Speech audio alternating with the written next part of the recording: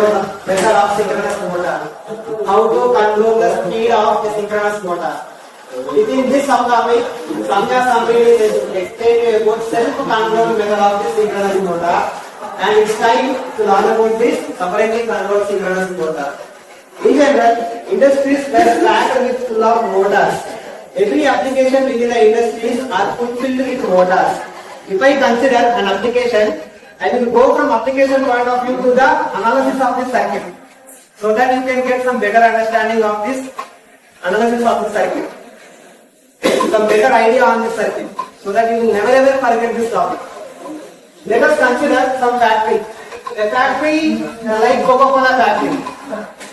You are having some bottles, and bottles are going to be rolled within somewhere. The motor is going to rotate the bottles, filling some fluid within that, some application. It means my rotor is in need of satisfying a speed. Within some specified speed, my motor should be operated, and it needs to overcome the inertia of this particular body. Why? Because body has some weight and fluid will also have some weight. My motor is in need to satisfy both the things. It should rotate with some particular speed, with some particular torque. Why? Because torque will manage this inertia of this body, static inertia. Now coming to the circuit analysis, here I am having some synchronous motors. This particular topic is all about synchronous motors, so that these are synchronous motors. And these synchronous motors are running in parallel operation and having same voltage across all these motors. This is a parallel connection. As Anikanda and Sanjay said, synchronous motors works on the principle of magnetic blocking, and they are constant speed motors. The speed of the synchronous motor depends upon the frequency. Are you all with me? Yes. Why? Because Ns is equal to mercury F by D. With respect to this supply frequency, my synchronous speed is going to be varied. If my synchronous speed is going to be varied, my rotor speed is also going to be varied. Ultimately, my motor speed is going to be modulated. Right? So, I am doing some assumption like this. If my frequency is 50 Hz, I am thinking that my motor speed is 50. If my frequency is 60 Hz, my motor speed is 60. This is just for assumption. Don't go for this calculation part, just do assumption. Why? Because these things are proportional to each other, right? If it is increasing, this is increasing. Coming to the analysis of this circuit, I am having some voltage source inverter, having some rectifier circuit, firing angle controller, flux controller, clock, delay controller. I need to modulate the speed here. My main motor, my aim is about to control the speed and maintaining the torque constant here. The torque is constant. The fluid in my bottle is constant. It is 1 liter of fluid, 1 liter of Pepsi, Coca-Cola, something. But my speed should be varied. It may be rotated in some 10 speed, 20 speed, 5 speed, whatever the speed you require. Depends upon the operation time.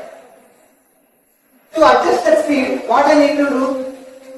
This complete operation is based upon the V by F method. As just now Attila said, V by F method is implemented over here to get this output, to satisfy that particular application. V by F. Now, if I do some assumption like this, my voltage is 100 volts. My supply frequency is some 50 Hz. Ultimately, I will get some flux like this as 2, right? It means, just do assumption, 2 vectors. Or else, because of this flux, we are getting some torque. Torque is in terms of Newton meter. So that I am keeping it as 2 Newton meter.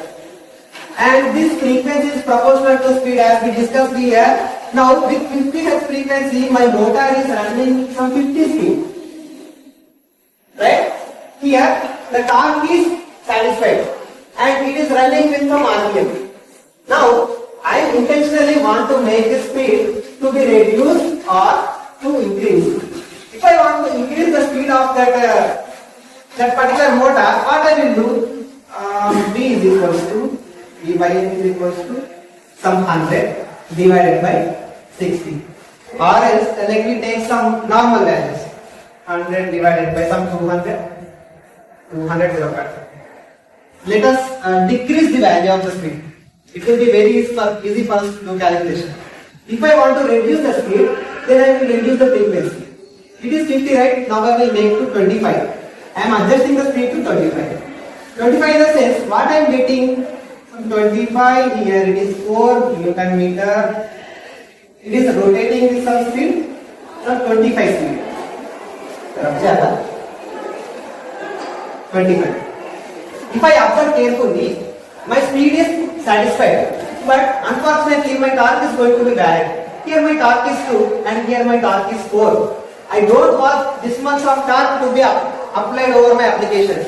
I just need this 2 Newton meter of torque. To get this 2 Newton meter of torque, I may need to modulate this voltage also. If it is 100, then I need to keep 50 voltage here.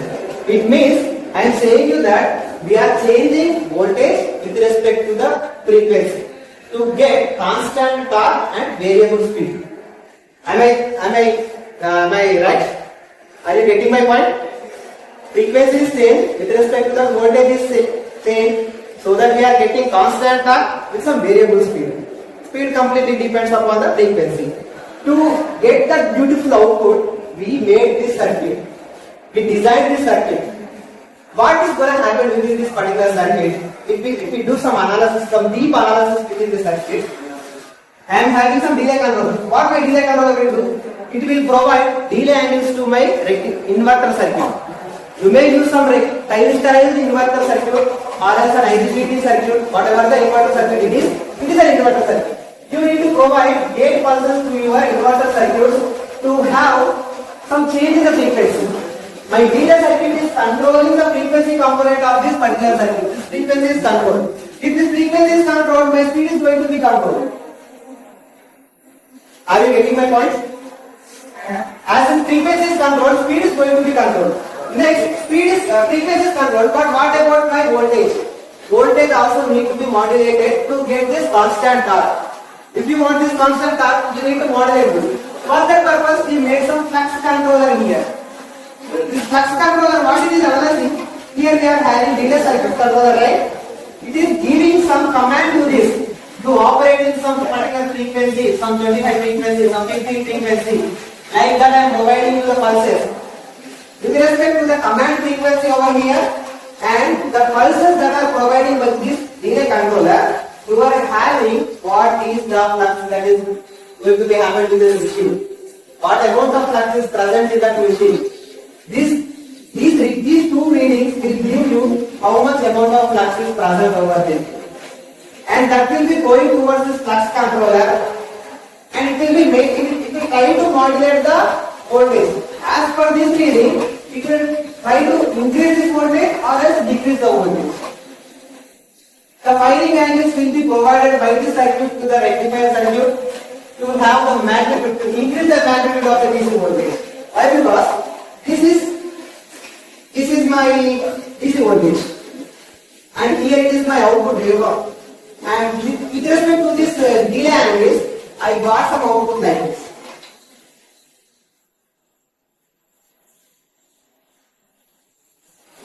And it is of about some frequency. Now, I changed the frequency by using this delay controller, but I didn't change this magnitude.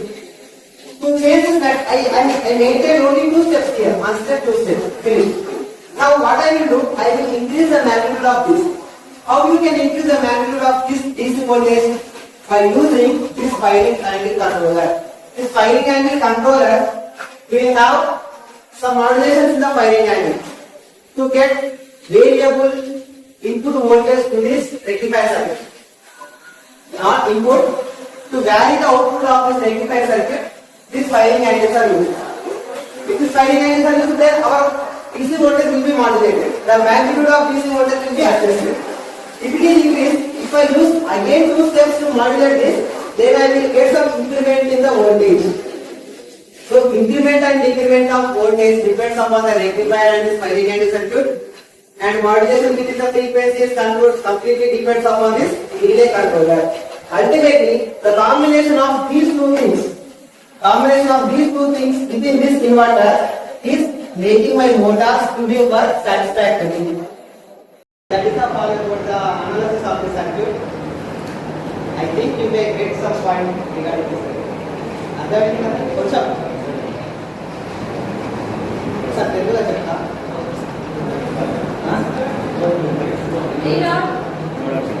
Why V-bias control method is used?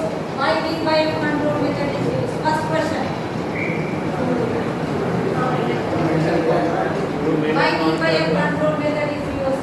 To calculate constant gain.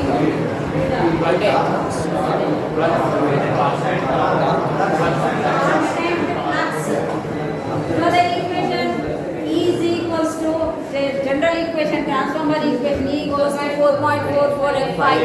So indirectly E is proportional to frequency and the flux. If you take the ratio between voltage to frequency, then that is equivalent of flux.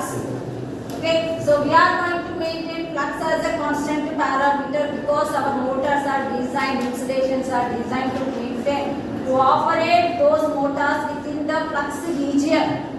Okay, here it is used flux control method. As he explained that flux control method is used to protect your insulation such that it should provide the ratio between voltage to frequency constant.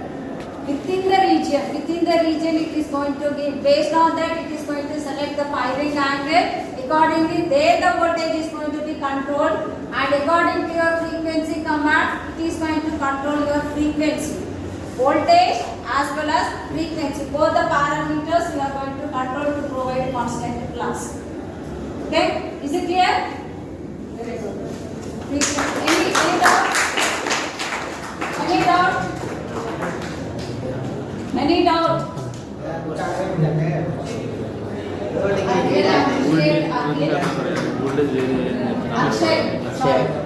Akshay, because he has one separate YouTube channel, he has developed so many videos on power semiconductor drives. Today I am going to post that power semiconductor drives in our group. Everyone please watch, like and share.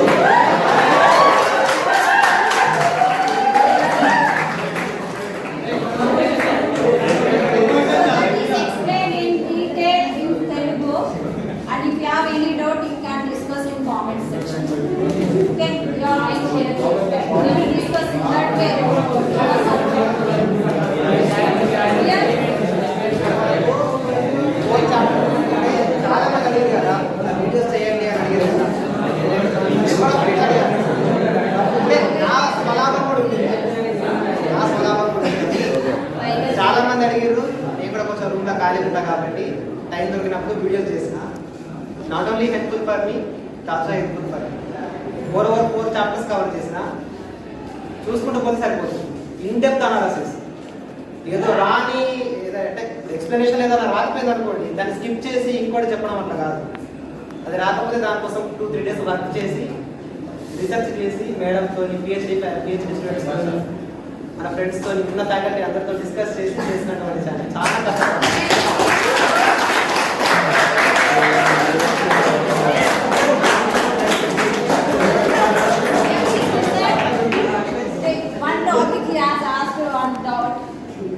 But he don't know. Number of times I explained him, but he did not get that one.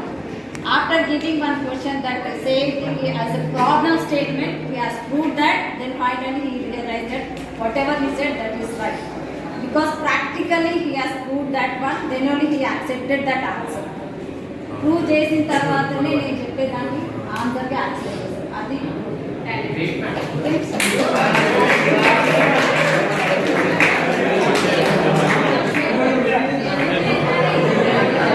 మంచిగా అన్నారా?